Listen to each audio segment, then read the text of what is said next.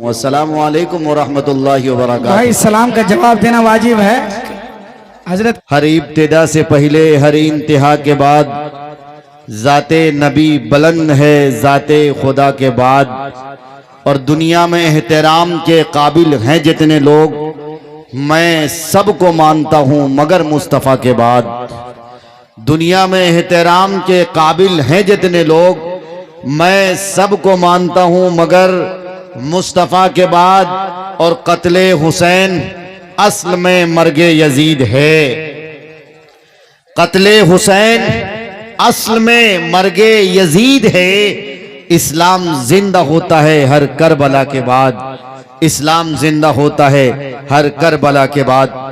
बादाए तौहीद के मतवालों, शमे रिसालत के परवानों, हजरत मोहम्मद मुस्तफ़ा सल्लल्लाहु अलैहि वसल्लम के दीवानों, अल्लाह तबारक व ताला का बड़ा फजल एहसान कि अल्लाह तबारक व ताला ने हमें ईमान वाले घर में पैदा फरमाया और हम पर बड़ा एहसान फरमाया, शुक्र फरमाया, इनायत फरमाया कि अल्लाह तबारक व ताला ने वजह कायनात, तख्लीक कायनात, आमिना के दुर्र यतीम, अब्दुल्ला के नूर नज़र, मजलूमों के मसीहा, गरीबों के ताजदार, खातिमुन नबिय्यीन, फ़ख्रे हादी सुबुल, साक़ी कौसर, शाफ़े महशर, शफ़ीउल मुज़नबीन, रहमतुल लिल आलमीन, जनाब हज़रत मोहम्मद मुस्तफ़ा सल्लल्लाहु अलैहि वसल्लम की उम्मत में मरहमत फरमाया।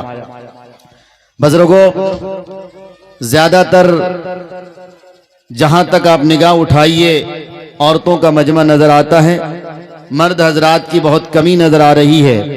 खैर, माओ बहनों के जज्बे को सलाम। लेकिन इससे कबल कि मैं अपनी बात आगे बढ़ाऊं, एक गुजारिश आप सबसे मेरी ये है, इब्तिदान में आपसे पहले ये दरख्वास्त करूंगा, जो बात भी कुरान और हदीस की रोशनी में रखी जाएगी आप सब उस पर अमल करेंगे। हाथ उठा के वादा करें इंशाअल्लाह। अल्लाह तबारक व ताला आप सबको जिंदा दम रखे, ताज़ा दम रखे। बुजुर्गों, हिंदुस्तान ही नहीं बल्कि पूरी दुनिया के हालात पर अगर आप तायराना नजर घुमाएं तो आपको सिवाय अफसोस और कफे अफसोस के कुछ नजर नहीं आता।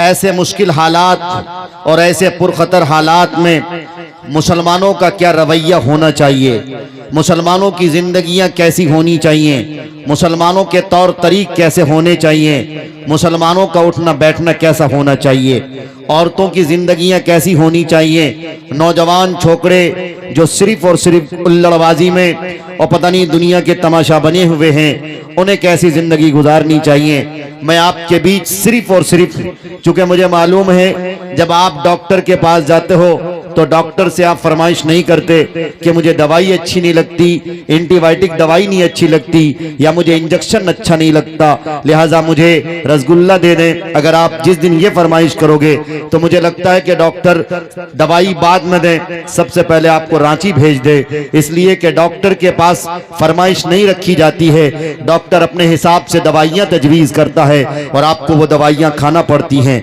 इसलिए आप वो डॉक्टर आपके जिस्मानी डॉक्टर हुए, और ये जो हजरात उलमाए किराम हैं जिनकी निस्बत हजरत मोहम्मद मुस्तफ़ा सल्लल्लाहु अलैहि वसल्लम के खादिमों की तरफ है, जिनकी निस्बत नबी अलैहिस्सलातु वस्सलाम के विरासत उज़्मा की तरफ है, वो भी आप ये समझें ये आपके भी डॉक्टर हैं। फ़र्क ये कि वो जिस्मानी डॉक्टर हैं और ये डॉक्टर आपके रूहानी डॉक्टर हैं। इसलिए आप ये बात अच्छी तरह याद रखें। हव्वा की बेटियां भी कान खोल कर सुन लें और मेरे नौजवान नस्लें, मेरे नौजवान साथी और भाई भी कान खोल कर सुने। मैं भी आपको आपके फरमाइश के मुताबिक बात नहीं करूंगा, बल्कि मुमकिन हो कि आपके इलाज और मुआलजा के लिए अगर कोई एंटीबायोटिक का इस्तेमाल हो जाए तो उसे हजम करिएगा, कबूल करिएगा, ताकि आपकी जिंदगियां संवर जाएं, आपकी जिंदगियों में इनकलाब आ जाएं, आपकी जिंदगियों में तब्दीलियां आ जाएं। मेरे भाइयों, आजकल हमारा इलाका, खासकर ये उत्तर दिनाजपुर का ग्वालपोखर का इलाका, इसी तरह हमारे किशनगंज, पूर्णिया, यानी यूं कह लीजिए जहां तक सुरजापुरी बिरादरी है, उधर कटिहार के आखिरी छोर तक, इधर अररिया के आखिरी छोर तक, उधर पूर्णिया डगरवा के आखिरी छोर तक, जहां चले जाओ, खासकर सुरजापुरी बिरादरी जहां तक रहता है, मैं चूंकि उसी बिरादरी से वाबिस्ता हूं, इसलिए मैं आपकी बीमारी को बहुत कायदे से जानता हूं कि इस वक्त आप में कौन कौन सा मरज लाइक हुआ है, कैसी कैसी दवाइयां आपको देनी है। हमारे इलाके का जलसा बहुत अच्छा होता है, मेहनत करने वाले हजरात बड़ी अच्छी मेहनत करते हैं, अच्छे लोगों का इंतखाब और इंतजाम भी करते हैं। जनाब दिल खैराबादी जैसी शख्सियत जो हमारे इलाके नहीं बल्कि हिंदुस्तान के शोराए किराम में और खुसूसन उलमाए देवबंद के जो सरकर्दा शोराए किराम हैं, उनकी गिनती एक ऐसे शायर में हुआ करती है जो अकायद में कभी समझौता नहीं किया करता, जो कभी भी किसी से ऐसी कोई बात लचकदार नहीं करता जहां हमारे अकायद पर बात आती हो, हर्फ आती हो। जनाब दिल खैराबादी ने इसका समझौता नहीं किया। आप मुबारकबाद के मुस्तहिक हैं और मैं आपको मुबारकबाद देता हूं कि जनाब दिल खैराबादी के घर जबकि परेशानी आई हुई है, उनके साथ आजमाइश जुड़ी है। उनकी बिटिया की तबीयत नासाज थी, हॉस्पिटल में बिटिया को छोड़कर वो आपके जलसे को कामयाब कराने के लिए, आपको बेदार करने के लिए, आपको जगाने के लिए आपके लालकुड़ी तशरीफ लाए हैं। इसलिए आपको उनका शुक्रिया अदा करना चाहिए। क्योंकि मैं भी आप ही के इलाके का हूं, इसलिए आपकी तरफ से मैं उनका शुक्रिया अदा करता हूं। मौलाना अल्तमस साहब, कारी इजहार साहब और आपकी पूरी टीम की तरफ से कि आपने अपनी मसरूफियात को बालाए ताक रखकर आपने बिटिया की तबीयत की नासाजगी को न देखते हुए इस जलसे की कामयाबी व कामरानी के लिए यहां तक पहुंचे। अल्लाह तबारक व तआला इस जलसे की बरकत की वजह से आपकी बिटिया को सेहतयाबी नसीब फरमावे। पूरा मजमा कहे आमीन। मेरे भाइयों, मैं आप सबसे ये कहना चाहता हूं, जहां तक देखो पंडाल नजर आता है अल्हम्दुलिल्लाह, लेकिन आप दिल पे हाथ रख के बताएं, क्या हमारे जलसे की रिवायात यही है? जलसे इसी तरह से होना चाहिए? मैं आज सबसे पहले अपनी गुफ्तगू इस्लाह जलसे पे करूंगा। क्यों? इसलिए कि जब तक हमारी इस्लाह नहीं होगी, जब तक हम अपनी इस्लाह नहीं करेंगे, हम अपने कौम की इस्लाह नहीं कर सकते हैं। इसलिए अरकान कमेटी, अगर उनको भी बात मेरी कड़वी लगी तो माफ कीजिएगा। रज़ाकारान भाई से भी गुजारिश करता हूं, आप भी माफ कीजिएगा।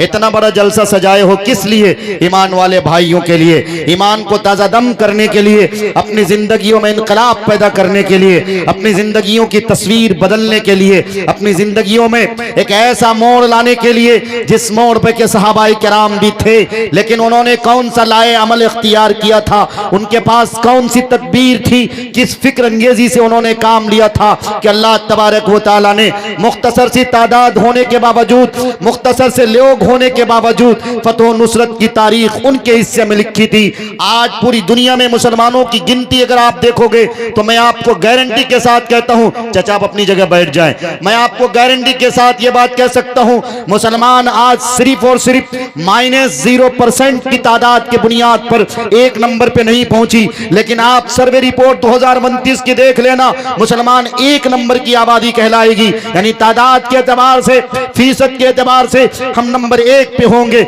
सबसे ज्यादा अगर किसी के ममालिक हैं तो मुसलमानों के ममालिक हैं। लेकिन बताओ मुसलमानों, उसके बावजूद जहां देखो, चाहे फिलिस्तीन के मंजर को देखो, चचनिया के मनाजिर को देखो, लबनान को देखो, इराक को देखो, ईरान को देखो, तुर्की को देखो, पड़ोसी मुल्क को देखो, जहां भी नजर उठाओ हर जगह मुसलमान दर्द कर्ब में परेशान है, हर जगह मुसलमान परेशान हाल में है। क्यों? उसकी वजह क्या हो सकती है? बस साफ सुथरी बात आप ये समझ लें, उसकी सबसे बड़ी वजह ये कि मुसलमानों को अल्लाह तबारक व तआला ने जिस शान और शौकत के लिए पैदा किया था, मुसलमानों को अल्लाह तबारक व तआला ने एक आलमगीर, एक आलमी नबी के उम्मत में पैदा किया था। और याद रखिए, हमारे नबी के लिए अल्लाह तबारक व तआला ने किस जुमले का इरशाद फरमाया। कुरान पढ़ के तो देखो, कुरान की आयत को समझ कर तो देखो। अल्लाह ने कुरान में फरमाया था, वमा अरसलनाका इल्ला रहमतल लिल आलमीन। ये नहीं कहा वमा अरसलनाका इल्ला रहमतल लिल मुस्लिमीन। नहीं मेरे भाइयों, आप सिर्फ मुसलमानों के नबी नहीं हैं, बल्कि आप आलमी नबी हैं। क्या मतलब होता? आप चरिंद परिंद के भी नबी हैं, आप ईसाइयों के भी नबी हैं, आप यहूदियों के नबी हैं, आप क्रिश्चियन के नबी हैं, आप हरिजन के भी नबी हैं, हिंदू भाइयों के भी नबी हैं, ब्राह्मणों के भी नबी हैं, आप जैनियों के, पारसियों के, जितने दुनिया में जितने रंगों नस्ल के लोग रहते हैं, जितने फिरके, जितने मज़ाहिब, जितने अदियान के लोग रहते हैं, आप सबके लिए भेजे गए। जिस तरह अल्लाह ने अपने लिए कहा अल्हम्दुलिल्लाहि रब्बिल आलमीन, मेरी रुबूबियत रूबूबियत सारे जहान के लिए, और अल्लाह तबारक व तआला ने अपने बाद अपने महबूब का जहां जिक्र फरमाया वहां ये फरमाया वमा अरसलनाका इल्ला रहमतल लिल आलमीन। महबूब सुन लो, जिस तरह मेरी रूबूबियत पूरे जहान के लिए, मेरी रूबूबियत पूरे जहान के लिए, वैसे ही तेरी रहमत पूरे जहान के लिए।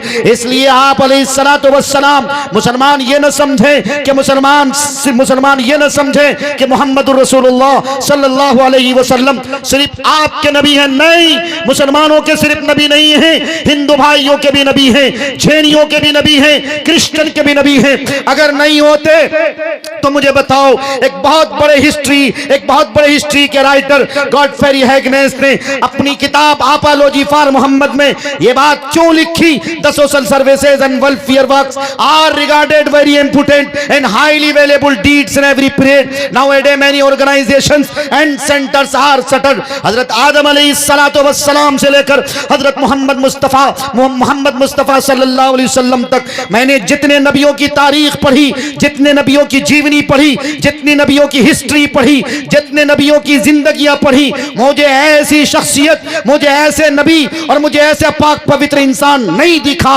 जो सिफत का मालिक हजरत मोहम्मद मुस्तफा सल्लल्लाहु अलैहि वसल्लम थे। मुसलमानों, क्या वजह थी कि सहाबाए किराम जहां जाते थे जोक दर जोक लोग आपके हाथ पर बैत करते थे, मुसलमान होते थे। हिंदुस्तान में कैसे दीन आया? हजरत अबू बकर सिद्दीक और दीगर सहाबाए किराम के तिजारत की वजह से हिंदुस्तान में दीन आया। लेकिन आज बताओ, क्या हिंदुस्तानी मुसलमान तिजारत करते हुए अपने आप को मुसलमान रखे हुआ है? क्या हिंदुस्तानी मुसलमान आज तिजारत के लाइन में हो या किसी और शोबे में हो, अपने आप को मुसलमान समझता? नहीं समझता। मैं एक बात बताऊं आपको, आपका ये चाहे विपरीत का हाट हो, किशनगंज की मार्केट हो, क्या मुसलमान की दुकान में पहुंचता है? नहीं पहुंचता।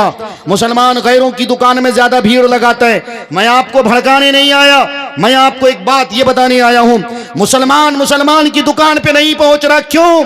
इसलिए कि एक मुसलमान खुद कहता है ये मुसलमान की जो दुकान है, इस दुकान में कस्टमर ना जाने की वजह इनकी जुबान सही नहीं, इनके अखलाक अच्छे नहीं, ये कपड़े की कीमत ज्यादा लेता, ये जूता चप्पल की कीमत ज्यादा लेता। जबकि मुसलमानों को चाहिए था कि अपने भाई की मदद करें, दो चार पैसे कमाएं, अपने भाई कमाएं, मेरा भाई कमाए, मेरा भाई तरक्की करे। लेकिन नहीं, आज हर किसी को एक दूसरों से जलन है। इस जलन की बीमारी ने, इस हसद और कीना और बुग़्ज़ की बीमारी ने मेरे भाइयों, मेरे कलमा शरीक भाइयों, हमें यहां तक पहुंचा दिया है। अरे हद तो ये हो गई, सिर्फ आप में हसद की बुराई नहीं है, सिर्फ आप में हसद की बीमारी नहीं है, हम में भी हसद की बुराई है, हम में भी हसद की बीमारी है। दिल खैराबादी को तरक्की मिल गई, मेरे पेट में दर्द हो रहा। मारूफ राही को तरक्की मिल गई, उनको शोहरत मिल गई, मेरे पेट में दर्द हो रहा। यही वजह कि आज मेरी कौम तरक्की नहीं कर पा रही है। याद रखो, तरक्की के लिए सबसे मजबूत अमल अगर कोई है तो वो ये है कि आपके दिल में हसद की बीमारी नहीं होनी चाहिए, आपके दिल में कीना और बुग़्ज़ नहीं होना चाहिए। मेरा भाई तरक्की कर रहा, मेरा सीना फख्र से ऊंचा होना चाहिए। मेरे भाइयों, ऐसा होना चाहिए कि नहीं? हाथ उठाकर वादा करो, करोगे ना इंशाअल्लाह? मेरे भाइयों, मेरे बुजुर्गों, बैरकैफ में ये कह रहा था, जलसे हमारे इलाके में बहुत ज्यादा होते हैं, ख्वातीन की बहुत भीड़ होती है, लेकिन आज तक हमारे इलाके में कोई ऐसी कमेटी तश्कील नहीं पाई, कोई ऐसी कमेटी वजूद में नहीं आई जिस कमेटी ने यह कर दिखाए। मौलाना अल्तमश साहब, कारी इजहार साहब और ये लाल कोड़ी के नौजवानों से मैं कहता हूं, जब आइंदा साल आपके यहाँ प्रोग्राम हो, आप कोई ऐसी तदबीर इख्तियार करें, आप ऐसा नज़्म व नस्क कायम करें कि इंशाअल्लाह ख्वातीन के पिंडाल का जहां इंतजाम होगा वो जरा ऊंचे पर्दे में होगा, मर्दों की नजर उधर नहीं पड़ सकती।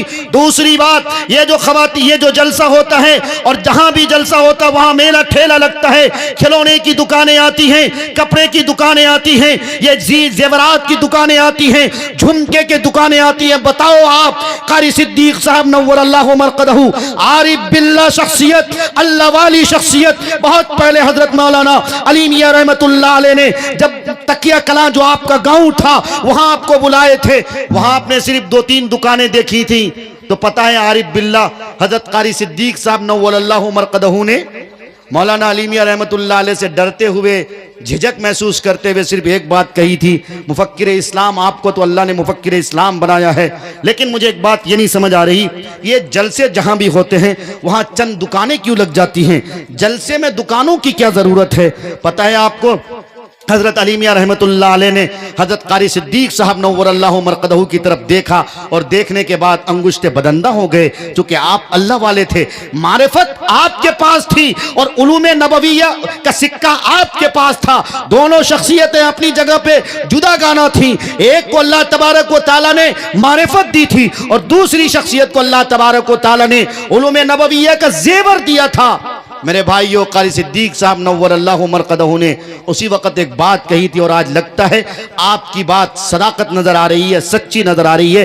हजरत कारी सिद्दीक साहब ने कहा, हजरत अभी तो हमारे जलसे का ये हाल है, ऐसा लगता है कि आने वाली नस्लें जब हमारी जलसा कराएंगी उनके वक्त में जलसा सिर्फ मेला ठेला बन के रह जाएगा। क्या मेरे भाइयों मैं सही नहीं कह रहा? हमारे बंगाल, उत्तर दिनाजपुर, किशनगंज का इलाका, उधर कटिहार के बारसोई का इलाका, हर इलाके की जलसे की सूरत हाल यही है। कौन बदलेगा इस जलसे की सूरत हाल को? हमारे यहाँ की कमेटी बदलेगी। बदलोगे ना इंशाअल्लाह। अपने यहाँ जलसा कराओ, चाहे लालगुड़ी से आओ, चाहे आप बिशनपुर से आओ, विपरीत से आओ, चाहे ठिकरीबाड़ी से आओ, चाहे किसी गांव से आओ, इस पूरे अतलाफ से मैं कहता हूं जहां कहीं भी जलसे हो, अराकीन कमेटी को एक सख्त डिसीजन लेना चाहिए, एक सख्त कदम उठाना चाहिए कि जलसे ऐसे होंगे। अव्वलन तो माओ बहनों का निजाम रात में नहीं होना चाहिए, अगर होता भी है तो कम से कम उनको कंट्रोल में रखिए। और इन हव्वा की बेटियों से भी कहना चाहूंगा, आप जलसे में आई हो, आप अब्बा की बारात नहीं आई हो, आप अपने खालू और चच्चा की बारात नहीं आई हो। खुदा की कसम, हमारी बहनें, हमारी माएं, हमारी बेटियां जो ड्रेस पहनकर जलसे में आती हैं, जो खुशबू लगाकर जलसे में आती हैं, जो पायल पहन के आती हैं जिसमें झनर झनर की आवाज आती है, जब वो घर से निकलती है उस वक्त से लेकर जलसागाह तक, और जब तक वो रहती है उस वक्त तक, और फिर जब तक वो घर नहीं जाती उस वक्त तक, उस पर अल्लाह तबारक व तआला की लानत, नबियों की लानत, फरिश्तों की लानत बरसती है मेरे भाइयों। इसलिए मेरे भाइयों, मेरी बहनों, जलसे हो मना नहीं है, होना चाहिए। नौयत ही ऐसी हो गई है, मुसलमान कश्मकश का शिकार है, करे तो क्या करे, निगलते नहीं बनना, उगलते नहीं बनना। जलसों की सूरत हाल पर गौर करिए, जलसा जिस दिशा पे जा रहा है लाइए, बेहतरीन इंतजाम कीजिए, जलसे के नज़्म नस्क पर ध्यान दीजिए, अच्छे लोगों को बुलाइए जिनसे आपकी तरबियत हो सके, जिनसे आपकी इस्लाह हो सके, अल्लाह वालों को बुलाइए, अल्लाह वालों को देखना भी सवाब है। मेरे भाइयों, मेरे बुजुर्गों, आइंदा जब भी कोई जलसा कराएंगे इस बात का खास ख्याल रखेंगे, अपनी माओ बहनों के लिए अलग इंतजाम करेंगे। अव्वलन तो ये होना चाहिए कि दिन में उनके लिए दो चार बयानात हो जाने चाहिए जो सिर्फ खवातीन पर गुफ्तगू हो, उनके पर्दे पर गुफ्तगू हो, उनकी तालीमात पर गुफ्तगू हो, उनके घरेलू जिंदगी पर गुफ्तगू हो, उनकी गोद यानी उनकी गोद से जो औलाद परवरिश पा रही है उन पर गुफ्तगू हो। लेकिन कौन करेगा उस पर गुफ्तगू, कौन उनको बुलाएगा? इसलिए मैं कहता हूं आप कोई ऐसा इंतजाम कीजिए, जलसे में ऐसी कमेटी तश्कील दीजिए कि खवातीन का दिन में इंतजाम किया जाए, उनका इज्तिमा किया जाए, औरतों को बुलाया जाए और उलमाए किराम को बुलाकर किसी मौलवी को यह मज़मून दीजिए, किसी मौलवी को यह मौजू दीजिए, आपको पर्दे पर बोलना है, किसी आलिम दीन को यह मौजू दीजिए, आपको औलाद की तरबियत कैसे करनी है इस पर बोलना है, ताकि मेरा समाज सुधरेगा, मेरी सोसाइटी सुधरेगी। फिर याद रखो, जिस दिन ऐसा होगा किसी माई के लाल में वो दम नहीं, चाहे तहफ़्फ़ुज़ औक़ाफ़ पर हो, चाहे मुस्लिम पर्सनल लॉ बोर्ड पे हो, चाहे इमारत शरिया पे हो, चाहे जमीयत उलमाए हिंद पर हो या हमारे अकाबिर पर हो, कोई इंशाअल्लाह कीचड़ नहीं उछाल सकता है। लेकिन मेरे भाइयों,